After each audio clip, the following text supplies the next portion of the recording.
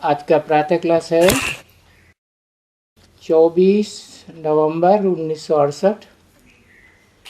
तीसरे पेज के मध्यांत में बात चल रही थी। बड़े बड़े आदमी होते हैं ना, वो भाग्यवान कहे जाते हैं, तो बहुत कुछ देते हैं बनाने वाले ब्राह्मणों को। बाकी अभी तुम बच्चे तो समझ गए हो कि ये सभी बड़े आदमी ऑक्यूपेशन तो नहीं जानते हैं, तो फिर कहेंगे गुड़ियों की पूजा कर रहे हैं। तुम बच्चे आगे भी हर एक का ऑक्यूपेशन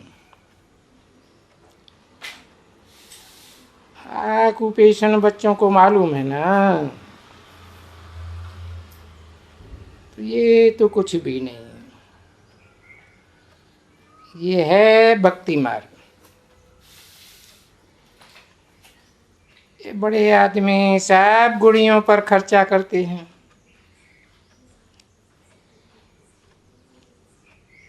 शूटिंग कहाँ होती है, रिहर्सल तो अभी होती है ना। खर्चा करते हैं, देखो कितना खर्चा खर्चा बहुत होता है ना। तभी बाप आकर के कहते हैं, बच्चों के सामने आकर कहते हैं, बच्चे ये भला हिसाब तो दियो हमको कि तुमको इतना धनवान बनाया था, स्वर्ग का मालिक बनाया था, अभी भी दिल में है ना बाबा हमारे लिए। हम ये जानते हैं कि हमारे लिए स्वर्ग था, ऐसे तो नहीं है कि नहीं था। फिर बाबा भी आकर के स्थापन कर रहे हैं नई दुनिया स्वर्ग। पुरानी दुनिया को तो नरक ही कहेंगे, दुखदाई दुनिया। स्वर्ग को कहेंगे सुखदाई दुनिया। तो गोया ये तीरी पर बहस लाया है। तीरी तो हथेली को कोई कहा जाता है ना, हाथ अर्थात बुद्धि रूपी हाथ। ऐसे महिमा की जाती है कि भाई तीरी पर बहस। तो बहस तो कोई ऐसी छोटी चीज तो है नहीं जो तीरी पर ले आएंगे, और ये स्थूल तीरी की तो बात ही नहीं है। जैसे हाथ में कोई चीज कैच की जाती है, ऐसे ये बुद्धि रूपी हाथ है जिसमें कोई बात कैच की जाती है, ज्ञान की बातें कैच की जाती है। तो ये समझ की बात होती है। अभी हम अपना राज्य स्थापन कर रहे हैं, और मनुष्यों की मत पर स्थापन नहीं कर रहे हैं। श्रेष्ठ ते श्रेष्ठ श्रीमत पर राज्य स्थापन कर रहे हैं। 24/11/1968 की प्रातः क्लास का चौथा पेज। तो श्रीमत पर जो राज्य स्थापन कर रहे हैं उसको हम कहते हैं कि बाबा ने ये राज्य स्थापन करने की युक्तियां लाई हैं अपने साथ है। हमको बड़ा कारीगर बनाया है। भक्ति मार्ग में एक कारीगर का नाम दिया है कि नहीं है। देवताओं का कारीगर अलग है, असुरों का कारीगर अलग। तो ये बहुत बड़ा कारीगर है। तो तुम ऊंचे, तुम्हारे जैसा कारीगर और कोई हो ही नहीं सकते। क्या तुमको बाप डायरेक्शन देते हैं?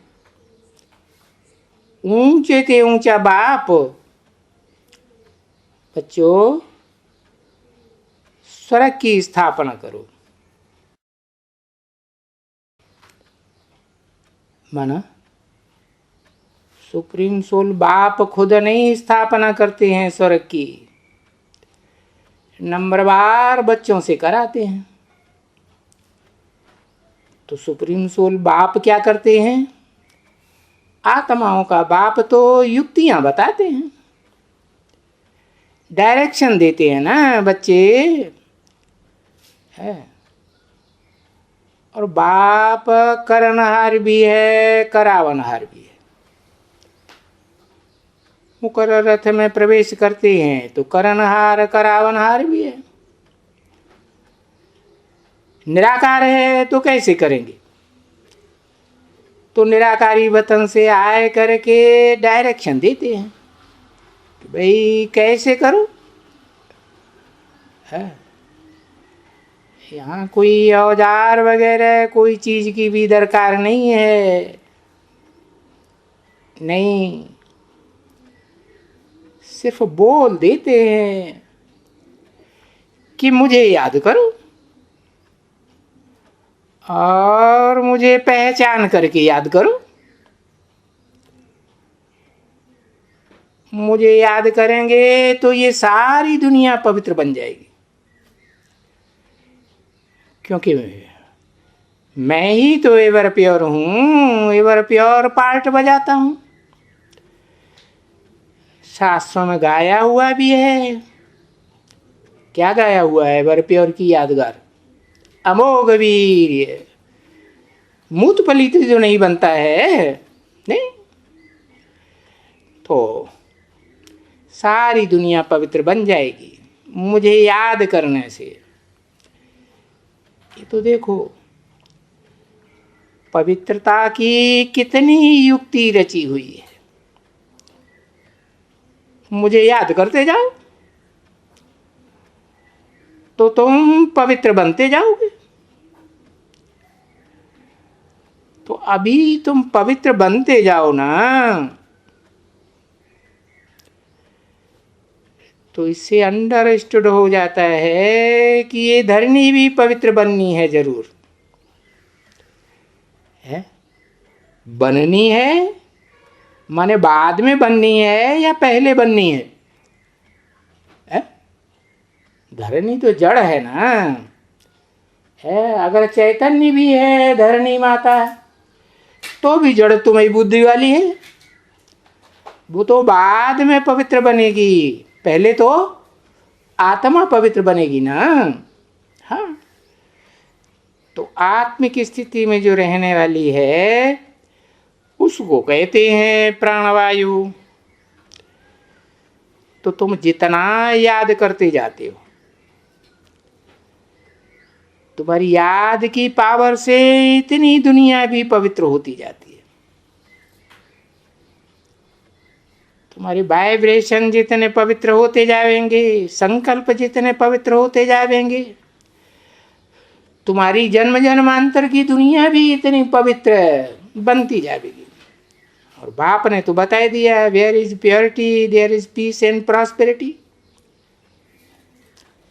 सारा प्योरिटी का कमाल है, पवित्रता से दुनिया के सारे काम होते हैं।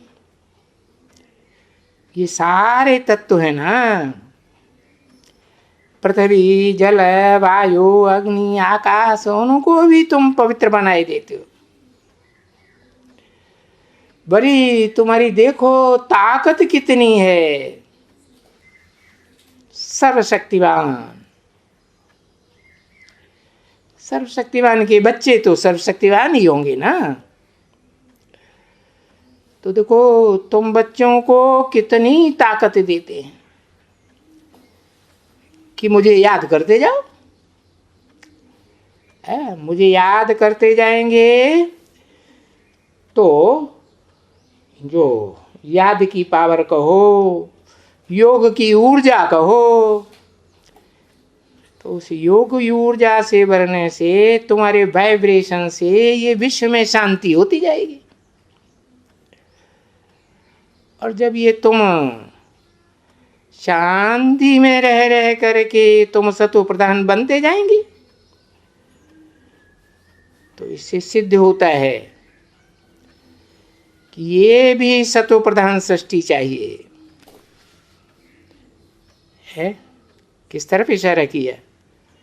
ये जो लक्ष्मी नारायण की सृष्टि है ना, इनके चारों तरफ पवित्रता का वाइब्रेशन दिखाया है ना, है कैसा पवित्रता? 5 तत्व हैं इनके चारों तरफ।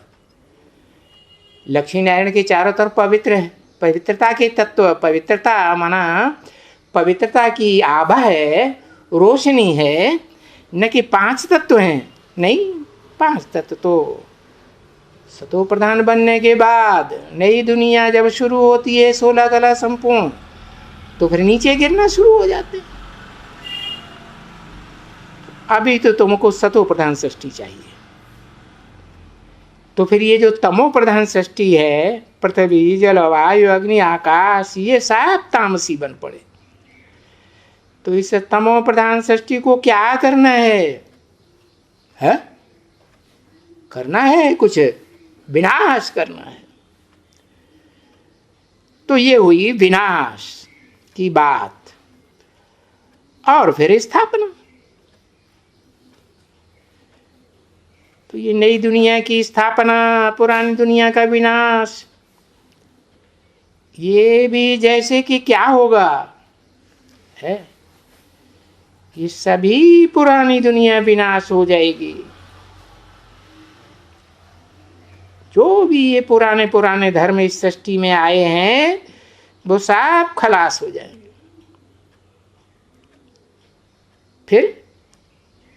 फिर इसको ये सतो प्रधान कहलाई जाती है। कौन सी दुनिया है?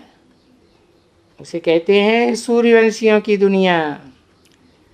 जरूर सूर्य से शुरू होगी ना, है? और शास्त्रों में नाम भी दिया हुआ है विवस्वत सूर्य, क्योंकि शिव बाप ने आकर पहले पहले किसको ज्ञान दिया? विवस्वत सूर्य को ज्ञान दिया ना। तो ये क्या होता है? कल्प कल्प ऐसे ही होता रहता है। ये सारी सृष्टि गोल्डन एज कहलाई जाएगी। ऐसे नहीं कि ये सारी सृष्टि कोई सोनी बन जाती है, सोने की बन जाए। नहीं, अगर सोने की बन जाए तो उसमें तो फल फूल कैसे पैदा होंगे? फल फूल मिट्टी से पैदा होंगे या सोने से पैदा, मेटल से पैदा होंगे? नहीं, ऐसे नहीं है कि सारी सृष्टि सोने की बन जाती है। ये तो सृष्टि की महिमा कही जाती है। Golden age, silver age, copper age है, आयरन एज। तो तुम्हारे लिए फिर गोल्डन एज सतो प्रधान सृष्टि चाहिए। तो देखो, तुम इस जमीन पर रहते हो, तो ये 5 तत्वों वाली जो जमीन है, पृथ्वी है, उसको सतो प्रधान बनाते हो। 5 तत्वों में ऐसा कौन सा तत्व है जिसमें 5 ही तत्व मौजूद हैं? पृथ्वी भी, जल भी, वायु भी, अग्नि भी, आकाश भी है या नहीं? जरूर है। अग्नि कहाँ है?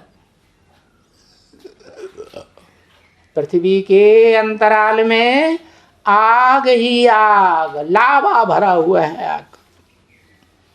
जब भूकंप आते हैं तो सारा लावा बाहर निकल पड़ता है। तो देखो, तुम तो 5 तत्वों को भी सात्विक बनाए देते हो, तो तुम्हारे में कितनी ताकत है। अभी भी कहते हो कि हमको सदैव इस याद की यात्रा से है, अर्थात ये देही अभिमानी बनने से, आत्मिक स्थिति में रहने से हम इतनी सर्विस करते हैं भारत की। अगर देह अभिमान में रहें तो डिसर्विस ही होती है। अगर और कोई मेरे को लिख दे, बाबा हम बहुत कोशिश करते हैं देही अभिमानी बनने की, क्या, परंतु बन नहीं सकते हैं कोई भी सिवाय तुम्हारे। किसको कहा है? किसको कहा? अगर और कोई मेरे को लिख दे तुम्हारे सिवाय, बाबा हम बहुत कोशिश करते हैं देही अभिमानी बनने की, परंतु कोई बन नहीं सकते हैं तुम्हारे सिवाय। दाढ़ी मुझे वाला बनता है? पवित्र बनेगा तो दाढ़ी मूछ रहेगी है? नहीं। अपवित्र बनते हैं, विकारी होते हैं तो दाढ़ी मूछ आने लगती है, आती है कि नहीं? हाँ हाँ, लक्ष्मी नारायण। तो कोई बन नहीं सकता दुनिया में, कोई आत्मा, मनुष्य आत्मा तुम्हारे बगैर तो कोई नहीं बन सकती। कल्प कल्प तुम ही ऐसी गति पाते हो जिसे कहते हैं सदगति, सच्ची गति, 100% सच्ची गति।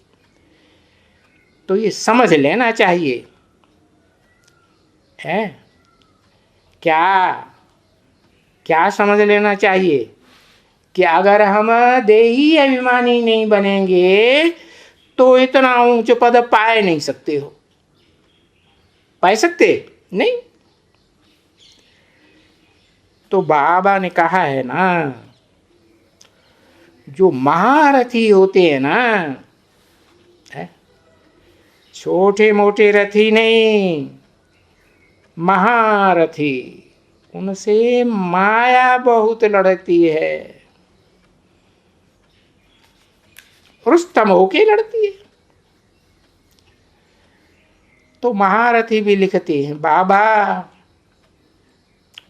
हम देह अभिमानी बन जाते हैं, और जब देह अभिमानी बन जाते हैं तो हमको ये ख्याल ही नहीं पड़ता है।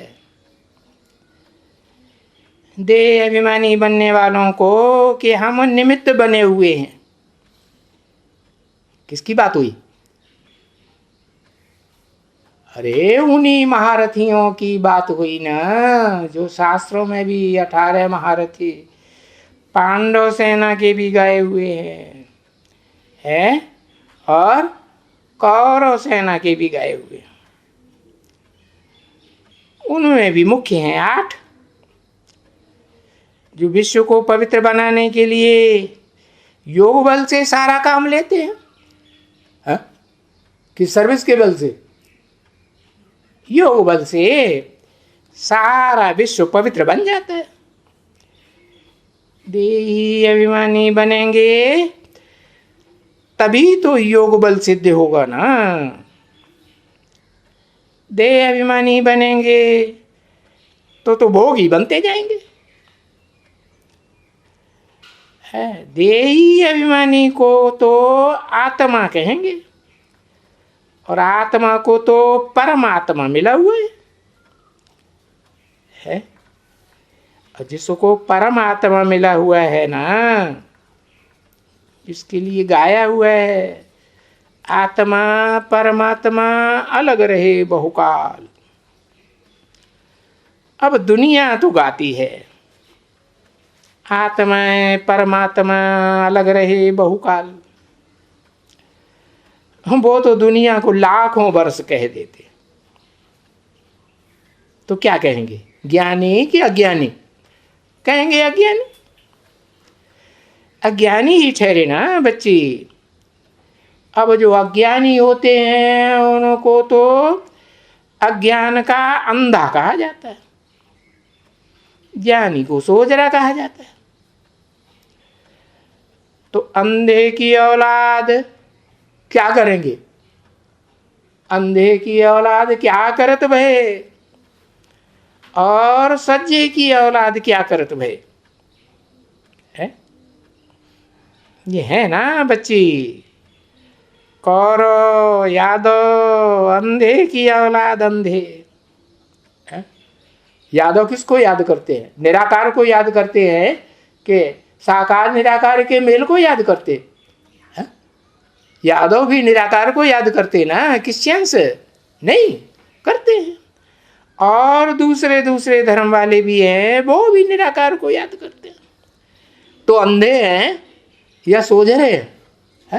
अंधे हैं, अज्ञान के अंधे हैं। उन्हें ज्ञान है ही नहीं कि निराकार आत्मा भी बिना साकार शरीर धारण किए कुछ भी कर ही नहीं सकती। तो निराकार आत्माओं का बाप भी बिना साकार शरीर धारण किए, और वो भी मुकर्रर शरीर धारण किए बगैर नई दुनिया स्थापन हो ही नहीं सकती, है ना बच्ची। तो सज्जा कहा जाता है जिनमें ज्ञान है, और जिनमें अज्ञान है उनको कहा जाता है अंधा। तो जो अंधा कहा जाता है वो तो फिर चारों तरफ लगाए फेरे फिर दिए हम दूर रहे। क्या इधर तीर्थों में जाते हैं, जन्म जन्मांतर है, मंदिर मस्जिद गुरुद्वारों में आत्मा चक्कर लगाती रहती है ना उनकी। हाँ, तो चारों तरफ लगाए फेरे फिर भी हरदम दूर रहे। किससे? सुप्रीम सोल से। किससे? परम पाठधारी हीरो पाठधारी से दूर रहे कि नजदीक आए?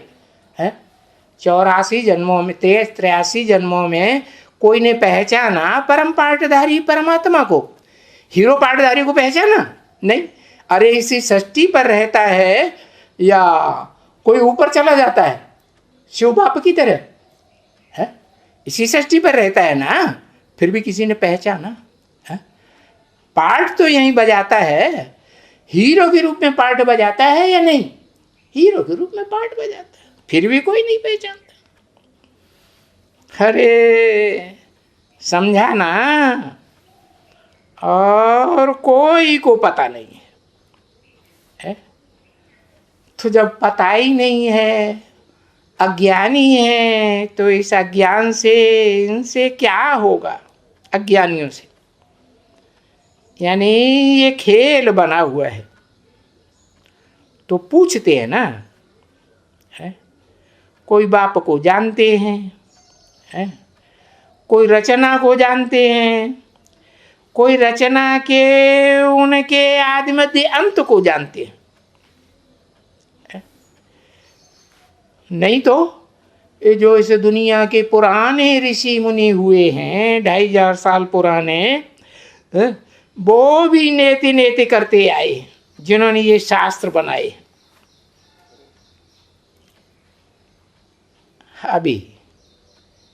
अभी तो तुम ही हो राज ऋषि, क्योंकि तुम राजयोग सीखते हो तो राज ऋषि हुए ना। ऋषि किसको कहा जाता है पता है?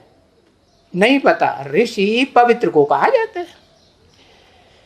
तो ठीक सच्चे सच्चे बच्चे हैं, पवित्रतम बाप के तुम ही बच्चे हो, ऋषि। तो तुम हो ना राजयोगी ऋषि है, और वो है हठ योगी। क्या हठ पूर्वक समझते हैं कि हम सिद्धि को प्राप्त कर लेंगे, मुक्ति जीवन मुक्ति को प्राप्त कर लेंगे, आसन लगाएंगे उल्टे पलटे हो जाएंगे, श्वास रोक देंगे। हठयोग करते हैं ना। अभी वजन करो, किसमें किसमें? हठ योगी में और राजयोगी में वजन करो। वो हठ योग की निशानी है क्या होगा? वो जो हठ योगी हैं उनकी निशानी क्या है? खास निशानी है, वो ऊपर चले जाएंगे। क्या? ऊपर वाले के साथ चले जाएंगे।